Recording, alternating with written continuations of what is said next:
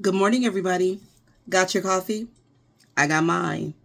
So, listen, I hope that I articulate my thoughts well enough to have this discussion. But, child, did y'all see the CEO of United Healthcare Corp be assassinated on the streets of Manhattan? Yeah, a lot of people are talking about it, and there's a lot of discourse going on. And I haven't really talked about it until just now with you all. But I have my opinions. I have my opinions. And you have so many people who are expressing how tragic this was, and I'm not denying that. It is a tragedy. But it's a tragedy in more ways than one. And I think that you know how we can, as Black people, we internalize racism. And as women, we can internalize misogyny. Well, as people who are not rich, i.e. poor, also known as poor, we can internalize certain aspects of patriarchy and caste to the degree where you will have poor people think that in a nation as greedy as America is, that being poor is a character flaw. And other people subscribe to that thought process too, because they attack people for being poor. They attack people for being on food stamps, on welfare, for accessing food pantries, for not being able to pay their rent and get evicted. When you get on the internet and you have a real conversation about how hard a time you are having because of student loan debt and inflation and everything going up to the point where you are being priced out of life, at least a quality life. And there will always be someone in the comments, typically another poor person, shaming you for being poor. And let me tell you, in a country that is as greedy as America is, no one should feel ashamed for not being able to make ends meet. Not nowadays. Absolutely not. And it's not a character flaw. And in a nation that keeps touting itself as being the richest and having the strongest economy, the shame lies with America for having politicians that take money from lobbyists and corporations and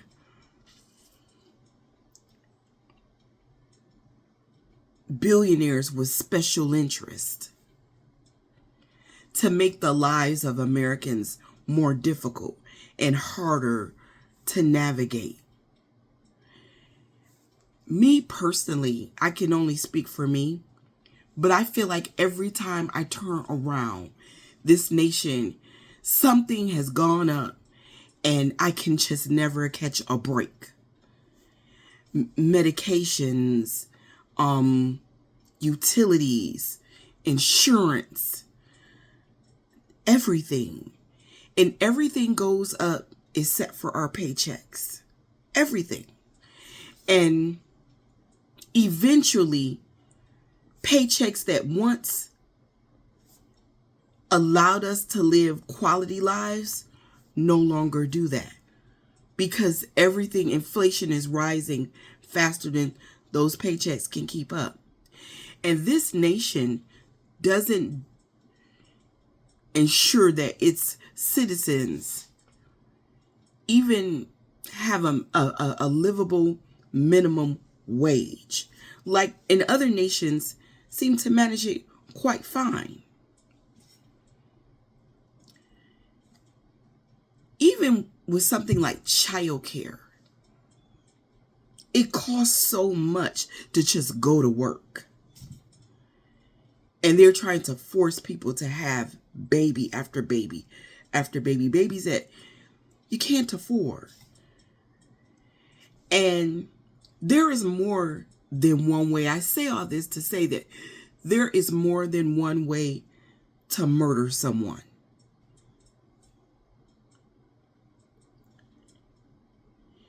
Yeah, you can pull out a gun and you can shoot them in the back several times on the streets of Manhattan. Or you can take a rubber stamp and you can deny their claim for life-saving measures. Whether it's chemotherapy, whether it's heart medications, whether it's asthma medications. I myself need an asthma medication that with insurance, and I don't have bad insurance. I don't have bad healthcare insurance. But with healthcare insurance, it costs me out of pocket, I think it's $324 that one medication. So I don't take it because I can't afford $324 extra per month for that one particular asthmatic medication. And I am a severe asthmatic. It is not uncommon for me to spend days on Ventolin, or even to be hospitalized or have to receive care at urgent care. And those are also bills that people like me can't afford. And the healthcare companies, CEOs, rich people, billionaires, they are allowed to get away with doing this to Americans, to people, hardworking, honest Americans. And our politicians do nothing aside from take the money and let it happen.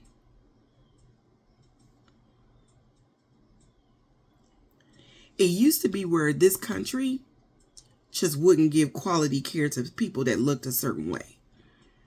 But America has gotten so greedy that it can be any one of us. Any one of us can have our claim denied. There are people who have died from their cancer diagnosis that didn't have to die because they couldn't afford a particular medication, or because they were denied to get into a test study that would have given them access to new cancer meds that could have extended their lives and allowed their bodies the time to fight off the cancer. This happens every single day. Americans are murdered, for lack of a better word, because they don't have the money to save their own lives. And so you have these people who are crying over rich CEOs and billionaires that create these conditions for everyday Americans. There is more than one way to murder.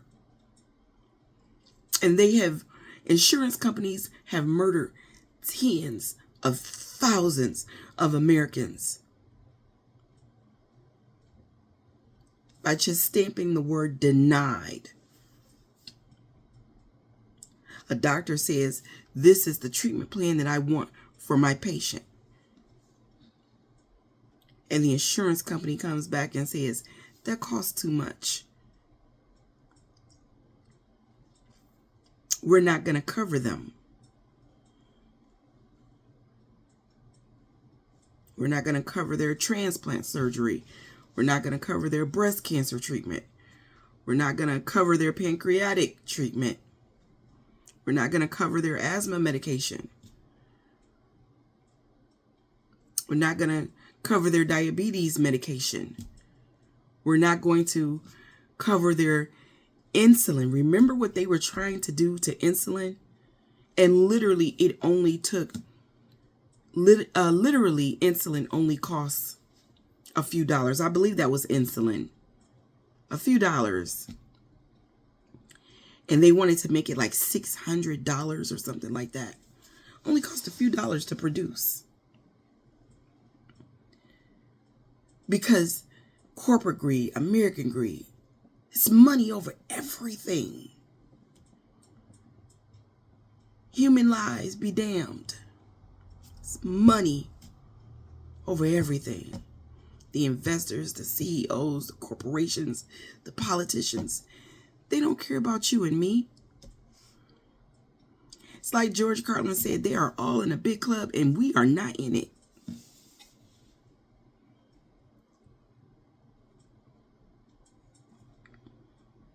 This country has quickly become a place where if you do not have access to money, those resources, it can kill you in a number of different ways.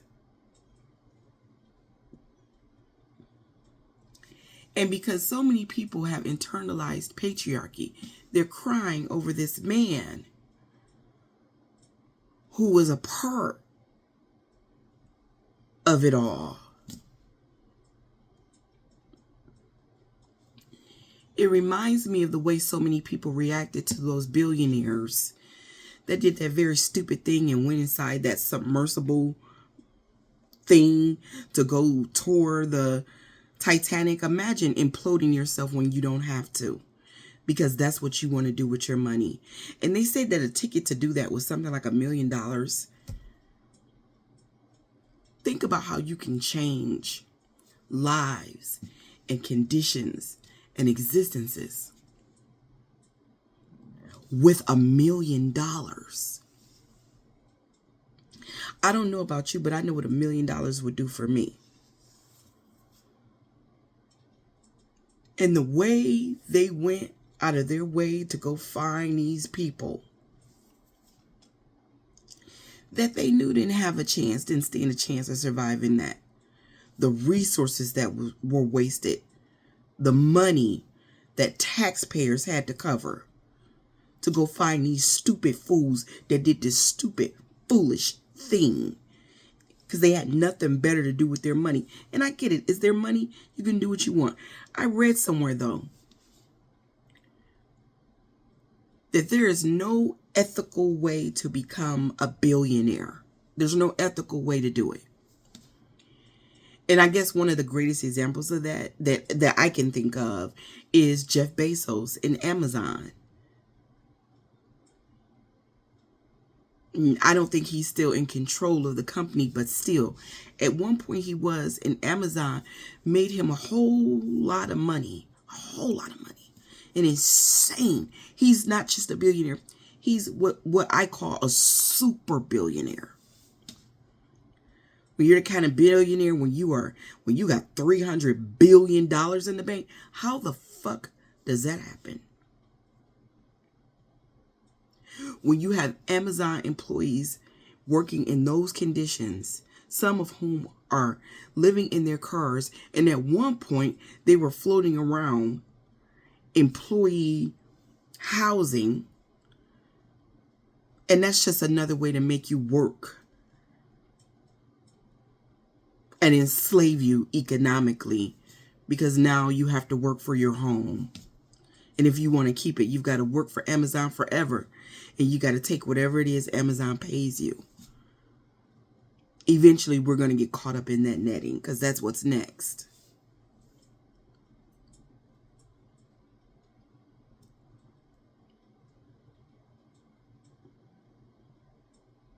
We don't even care about kids anymore. There are people who think that children should not be fed lunch while in school. There are people who think that children shouldn't be taught the most that they possibly can be in school. So they defund it. The less educated you are, the more likely you are to work for one of these corporations, one of these rich CEOs, and they are going to turn you into a slave. I read somewhere where the bullet said something like, the shell casings rather, said something like depose, deny, and something else, and they're trying to figure out what that meant. I don't know if that is true or not, but obviously this person planned this.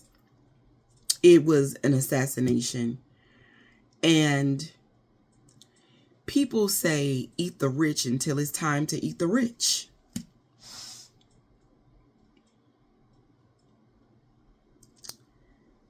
I think that there will come a time in society long after I am gone when people are going to get that fed up.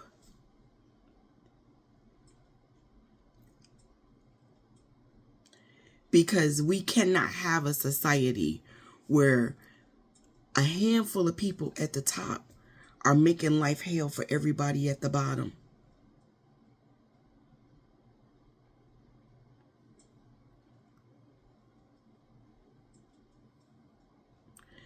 You know, this country has done a great job at convincing some poor people, white poor people, that black and brown people are their issue. They are the reason why they are not being treated fairly and have no money and don't have access to nice things in this nation. And it is how they keep us at each other. And of course, us black people have been trying to tell everyone else this in between all of the racist attacks. We're not your problem. It's the rich people. They keep turning you against us. We're not your problem. While you attack us, they pick your pockets clean.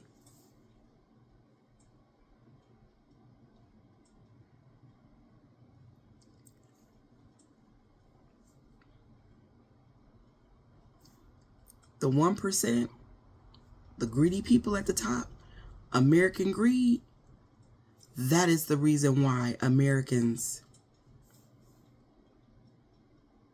are losing our access to quality of life. One block at a time.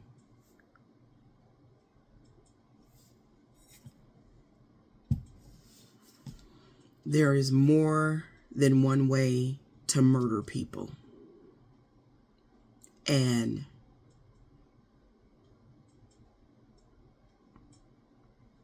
I don't know what people thought Eat the Rich looked like, but this is always what I thought it was going to look like.